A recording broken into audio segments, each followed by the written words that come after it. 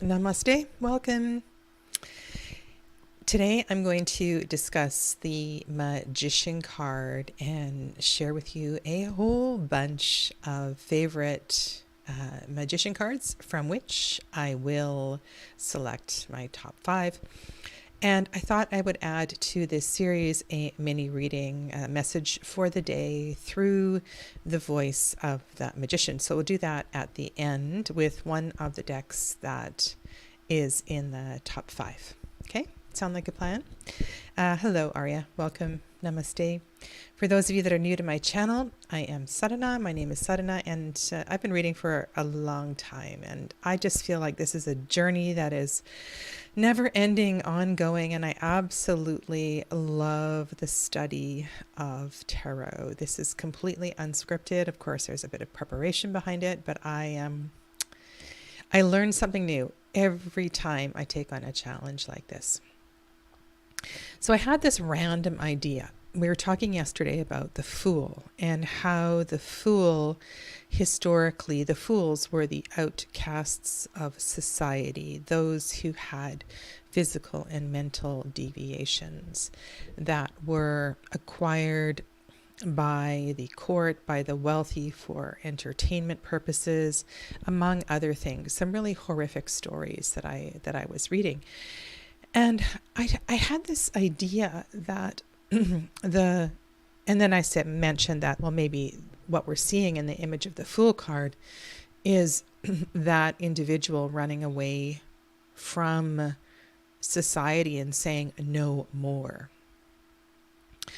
Well, what if that person somehow finds or listens or receives a message that says, I need to act.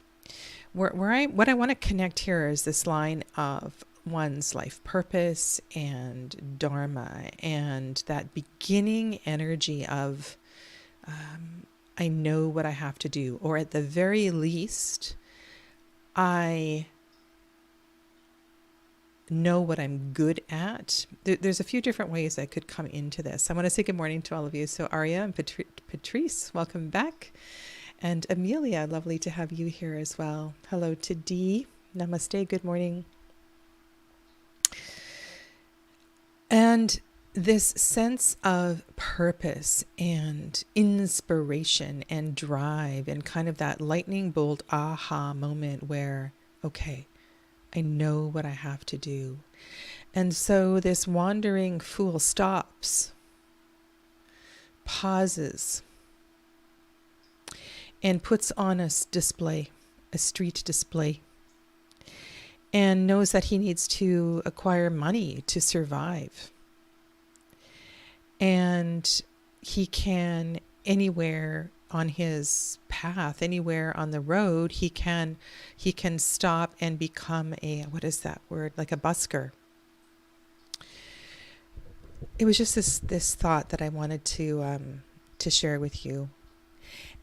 I'm always in the process of trying to reconcile historical information with contemporary interpretations, and how in the world do we get from this is the Gassman Tarot here, get from this sort of image to where we see the magician today. And you'll see the magician card looks so very different in contemporary tarot. And I also want to suggest that culture, humans, though not everywhere, are evolving, and therefore the archetype of the magician is slowly evolving. I've also shared with you that I know a working magician, and his life story is so admirable. And the energy and the drive and the work, and he's really become a sort of a rah-rah life coach, motivational speaker type, and it's extraordinary. So yeah, a couple of things I want to think about. I'm always trying to figure out here. So if the street entertainer. This is and I will again put the links down below. I did that yesterday for you. Fine della Torre, the deck from Bologna. And to me here, it does look like a market scene, though when I look down at the lower part of the card, it does look quite similar to the Gassman Tarot here. And one of my reflections is, well, is this actually in a street market, or is this some sort of metaphorical space? I don't know. It's really interesting, because to me, this does not look like something you would see on the side of the street at a market. Maybe at a time gone past. I don't know. So I want to read something to you from Marie White. If Marie White is the creator of this deck here, one of my heart decks, the Marielle Tarot. If you wish to know what your purpose in life is, look at what your God-given gifts are, what you are really good at. They are your greatest clue. If you wish to know what your purpose in life is, look at what your God-given gifts are, which you are really good at, and they are the greatest clue. And I think a lot of the time this sort of feeling about what we're really good at, sometimes we're not supported by, hi Tammy Pie, sometimes we're not supported by family or community, because what we're really good at is not culturally acceptable or family acceptable.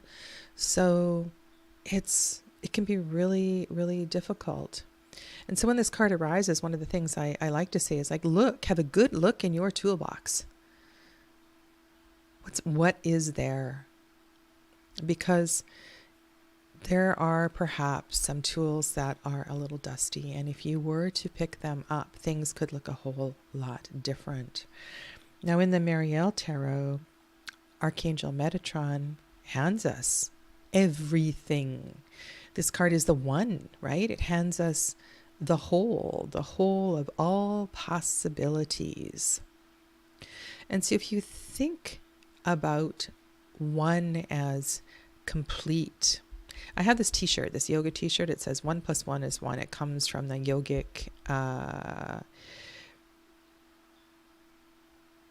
the slokam, Om Pranamida Pranamidam. You can't take away from the whole, you can't add to the whole is the whole, and one is one, and if you take something away from one, it's still one, and if you add something to one, it's still one. And this concept that everything is here and our pure potential is here requires a really good look. And I think this is where, so we have in the Thoth card, there is the ape that's down here. And it's so good, Tammy Pie. And this part of this card is the intelligence aspect and rising over our animal instincts.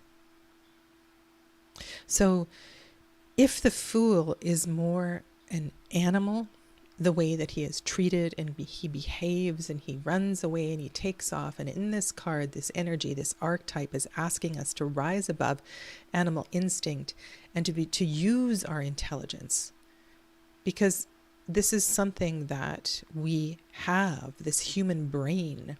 And I think this is where this mercurial connection really begins. And there are so many different portrayals in the tarot of where the planet Mercury is on the tree of life. I was just going through the Tarot of the Holy Light, and that just blows me away how in that particular deck, Mercury is on the horizontal heart line connecting the 4th and 5th Sephiro. which is really different from Golden Dawn associations. But that also is really cool because the heart chakra is the element of air. This is the element of air. Golden Dawn assigned this as primordial air. Yet there is primordial air is the Fool Golden Dawn. This is the planet Mercury. So there's a lot we can work with here.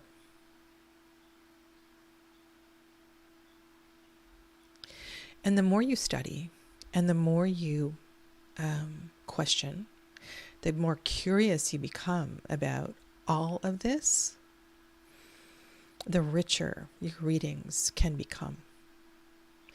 And I say always, you want to work with the deck you are working with. It is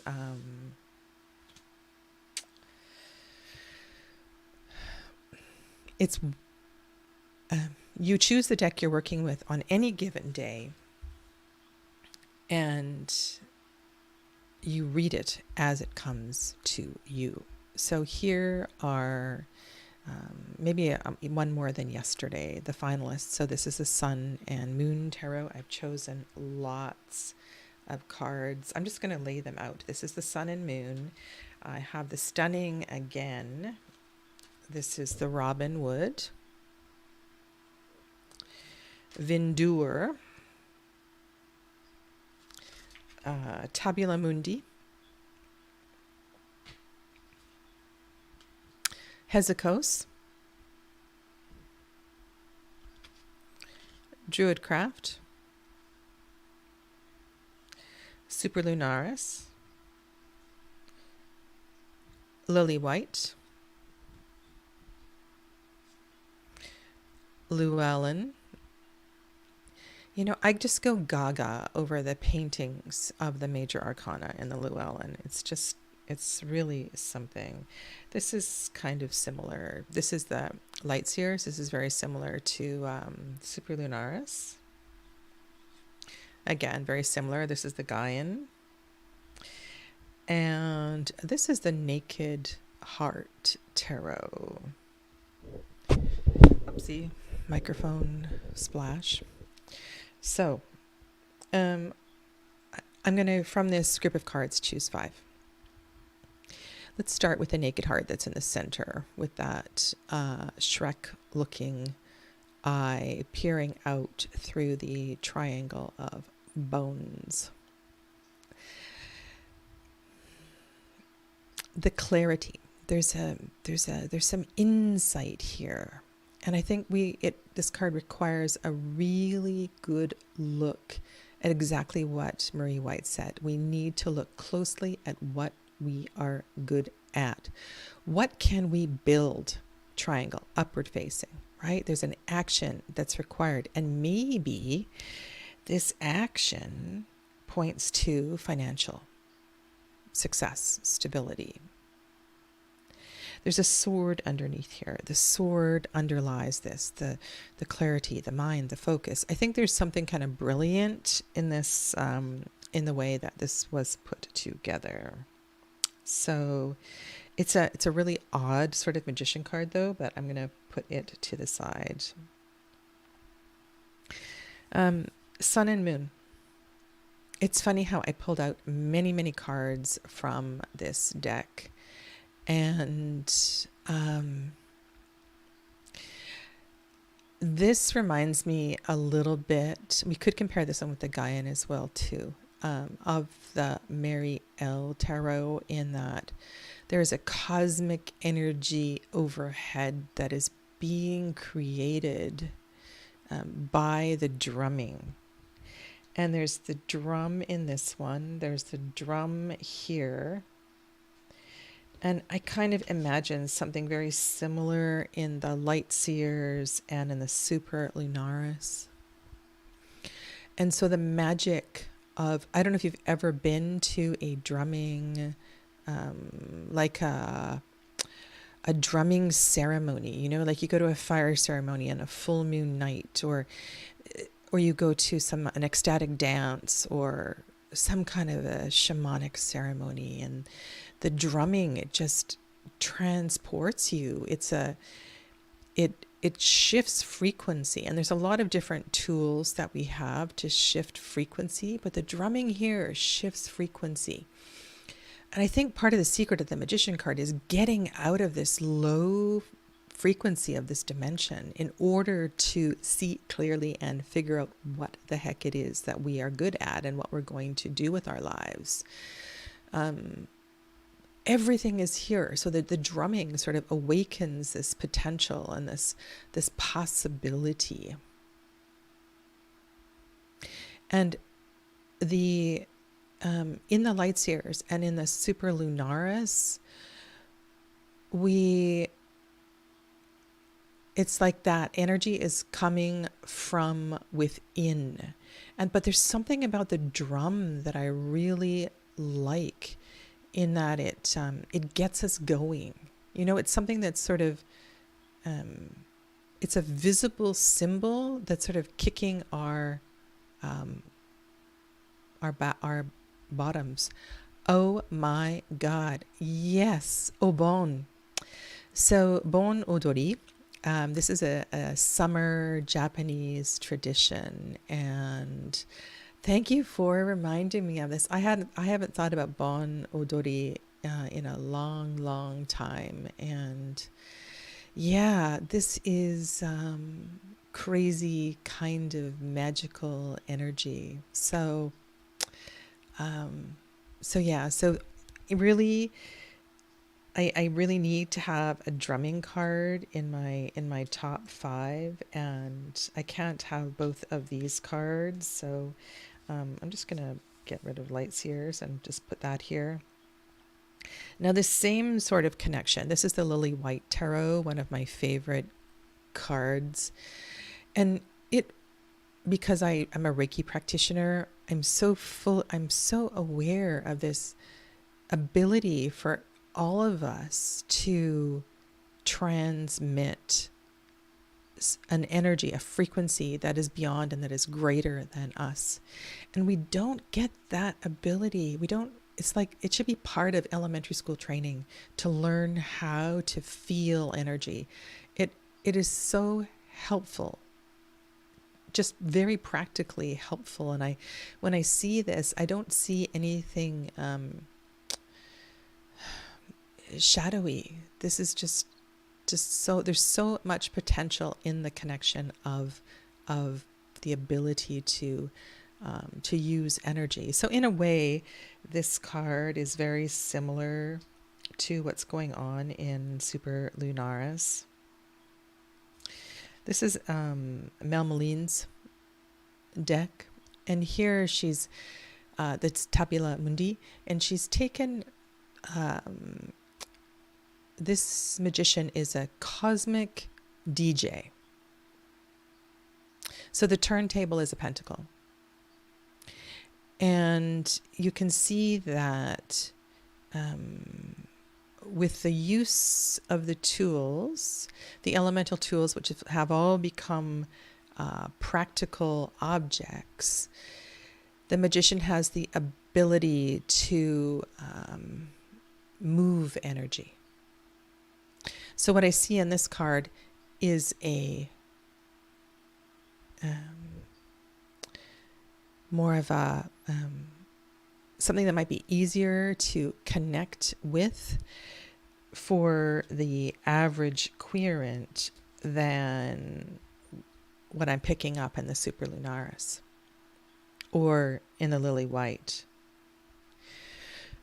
I could see this feeling arising through the wand of a conductor, one who was conducting an orchestra or a symphony or, even a really good school band. I could see this in all kinds of ways where we do something and we close our eyes for a moment and we just feel how it shifts frequency. I can't think of other examples at this moment, but if you think of something, you can put it into the chat or come back and write a comment later. So this wand allows us to shift. And it may not necessarily be a physical wand. And in the case of some of these other magicians, it manifests through other tools or just the ability to tune into the cosmic web. And the branches here, I don't know if they're branches. What are they? I guess they're branches, right? But the branches look like a cosmic web. And this reminds me of walking in the forest. And if I go early enough, the first person that's on the trail, then I'm breaking all of the cobwebs. And it used to really freak me out, but I kind of feel like the person who breaks the cobwebs, the first one on the trail, is the one who, it's somehow like walking through a veil. It's really magical, really a magical kind of energy.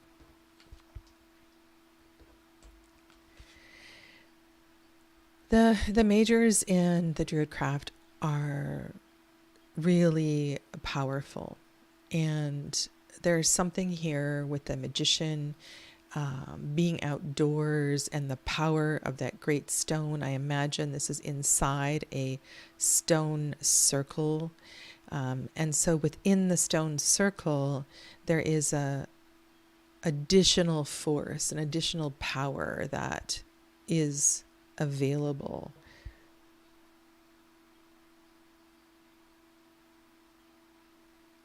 And I love all these cards that I'm thinking of, the like the wheel. I think she's has her wand and drawing a wheel in the sand, and all of these majors that are connected to the Sabbats and ceremony.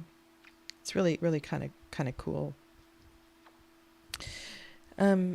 The Vindur deck I pulled out because of the Rod of Asclepius, and this won't be in the top 5, but I wanted to remember that what is the connection between healing and this one card and everything that I've been saying about life path and life purpose and all of that, and that the sooner we get back on track, the sooner we find our path, the sooner we figure out which tool is connected to our path, it's all part of the healing process. So there's something really, really powerful in this symbol appearing in the Magician card, and that connection to the Rod of Asclepius and Mercury and the healer and all of that. So, but I want more. I want more in a card than that. I haven't chosen very many cards from the Robin Wood. This was my first deck, and I really like the extension of the antlers here as the antenna. I will be showing lots of Druidcraft cards as well too throughout this series. Yeah. Just let me pause for a second. I want to acknowledge Amelia's comment here about the drumming. Even the thought of my handmade Sami drum, the traditional Finnish reindeer skin drum, makes me want to dance a little. The energy is truly wonderful, ancient, and timeless kick. Yeah. And my drum is, the drum that I made is a elk skin. And I know this feeling, Amelia, because when I did my drum workshop and made my own drum, we were told the story of how each of the skins was acquired, and the sort of the process of the gifting of the skins to us for these workshops, and the connection with that particular elk, that life in my drum. And I guess you can imagine too the medicine of the reindeer in your Sami drum. Yeah, thank you for sharing that. This is a really ornately dressed. The cloak is kind of beautiful. I liked this, and one of the things I've always liked about this magician is the reindeer. I'm thinking of the antlers as the antenna that connect the magician to spirit. And we all have those antennae. We cannot see the what the left hand is doing. It is hidden, and the energy is floating in the symbol of the lemniscate in the right, above the right hand. And one of the things Kathleen Matthews said in her book, the small one with the shiny pages, The Untold Tarot, I believe it was her, is that if you want to know what is under the table, what is sort of what is hidden here, because sometimes we use this card as to uncover. If the querent is asking about deception or is everything revealed, that sort of kind of question, we want to look at the card that is underneath this card. So to do a spread that has a card below this card, and that will reveal what is being hidden. And I really like that. Or if it were to appear in a reading where you had like a portrait spread. And here we don't even see the left hand. So that's something kind of interesting. Yeah. Very nostalgic kind of magician, but I don't think it's top 5 for me. This is the Hezekiah's Tarot. It's out of print, has been out of print for a long time. Again, didn't pick many cards from this deck, but I love the collection of things on the table here that this particular magician is using. And yeah, so this idea of Wands, Cups, Swords, and Pentacles and tapping into our resources is limitless, really. Like, really have a look at your toolbox and see what is on the table. And I think that's what was so appealing about the magician, and the stunning as well too. Like, it's almost like she's I don't know, I could imagine being a grad student and overwhelmed with the decision of, what exactly am I going to write my thesis on? There's something really good here. So notice how she is yellow, and yellow is connected to air, and air is connected to intelligence and mind and thought and clarity. So the tools are red, the table is purple. So there's something really cool about this. I find this deck really kind of mysterious, and there's some brilliant cards. I will share a few more from this deck, but this is not a top 5. Okay, what haven't I shared with you? Let's just talk about Gwydion here. This card is going to be a top 5. I am so in love with the artwork, and there will be a few of these from the Llewellyn Tarot that are in the top 5, and it may have a connection to the myth that is associated with it. So in the Llewellyn Tarot, there is a story of the figure that is in the card, and sometimes that resonates and sometimes it doesn't, but I'm seeing here the power of nature, the connection to the elements. There's intention, there's just so much richness and beauty in this. So this is definitely going to be a top 5. Yeah. Okay, so we have in the finalists, we have this card. And we have a drummer. Okay, which drummer is it going to be? I don't know. It's really hard for me to choose.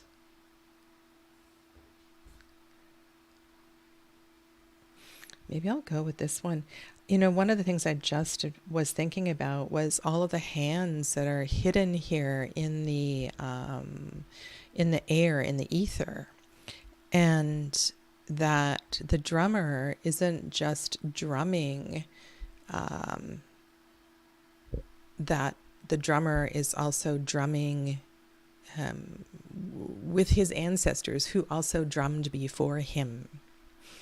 There is a Canadian artist who paints in Hawaii now, and she creates these paintings in spirit. So if there was a painting of a drummer, there would be that you could actually see the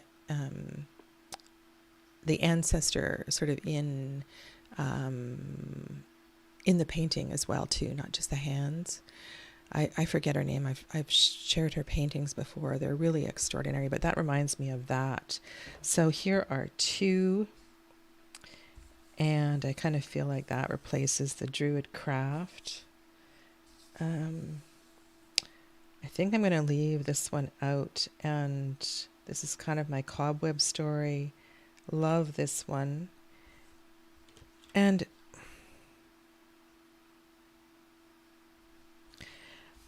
I don't know, I think this is totally unexpected, but there's something in that story that I wove in the Naked Heart about the shape of the triangle and the coin overhead and the way that that builds to create that. So this is a really interesting way to piece a card together and to weave a story. And maybe tomorrow I won't see that in that particular card. But yeah. Okay, so here's my top 5. And they are left to right: Gaian, Llewellyn, Superlunaris, Lily White, and Naked Heart. All right, so let's do a quick reading, shall we? And I'm going to just turn these over. Oh, no, that doesn't make any difference because I know it's on the back. And by the way, this is the Llewellyn version, an older version, which I purchased on eBay, of the Gaian Tarot. All right. So I'm going to, oh gosh, how do I do this? I'm actually going to turn my head away. I'm going to pick a deck. Okay. I'm going to pick a card. Okay. And this is the one that I'm going to read with. This one here. What is this? Oh, wow. Okay. Haven't read with this deck in a very long time. Okay. What is the message from the Magician today? I'll just leave that card out and we'll shuffle the rest of the deck. The remaining 78 cards, because there is an extra card in this deck, which I left in.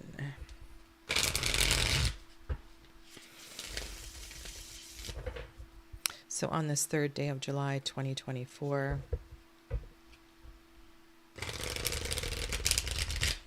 what is it that the Magician would like us to know?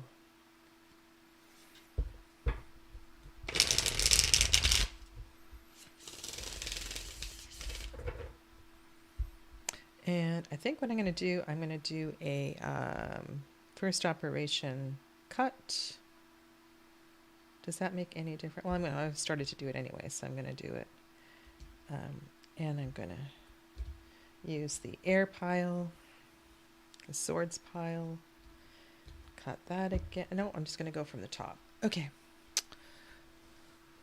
All right.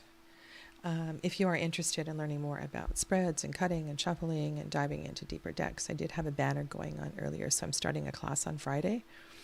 And this class is what? This class is going to, I'm going to do a YouTube on Fridays, and then on Sunday we're going to have a Zoom chat. And you can share your readings, and we'll do a bit of a tutorial Sunday. Yeah, so this is the first time I've ever done sort of a double whammy class, and I think it's going to be really fun. You can register on my website if you're interested. Okay, so the Magician. First card, 3 of Wands. Let's put the Magician underneath.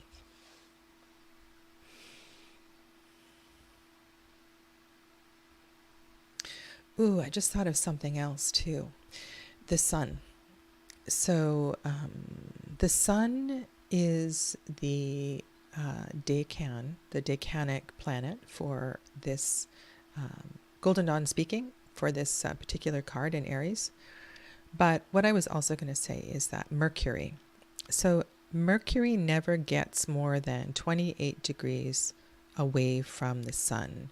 Mercury is very affected by the sun. There's a lot of, and I can think of just so many things to say about that.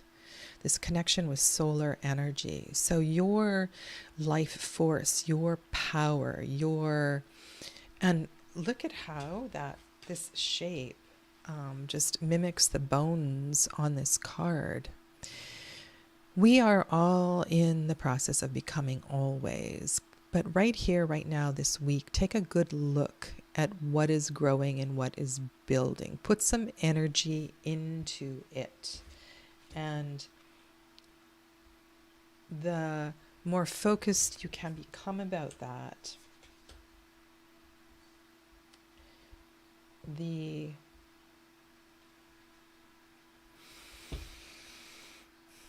the greater it will become. And so I would say these are all minor cards. This is something that might feel rather insignificant. But right now where you are, have a look around at maybe something you've put to the side that could be more than you thought. Look at the combination of these cards. Child of Wands, and the way those ants are going literally up the side of the triangle, building something to grow. This is kind of a freaky little reading here.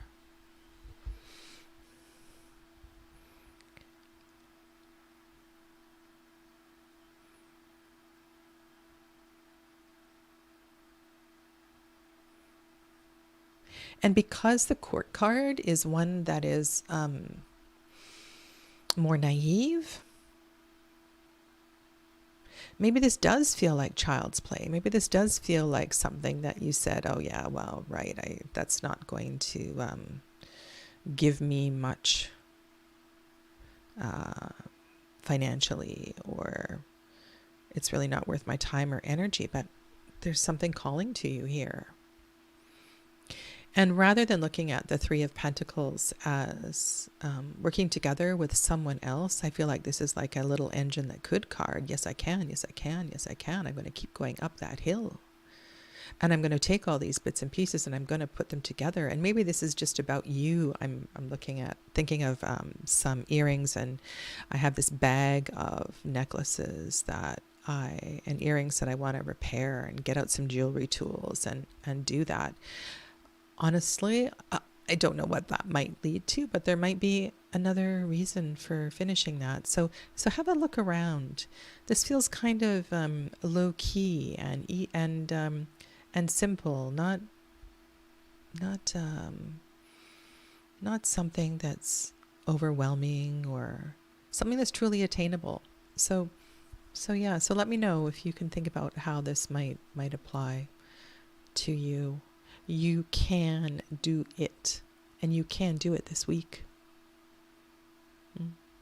All right. So thanks for hanging out with me. I am really enjoying this. And Masha, if you are watching this, thank you so much for bringing the community together to share their favorite cards. Take good care of yourselves, and I'll see you tomorrow. Namaste.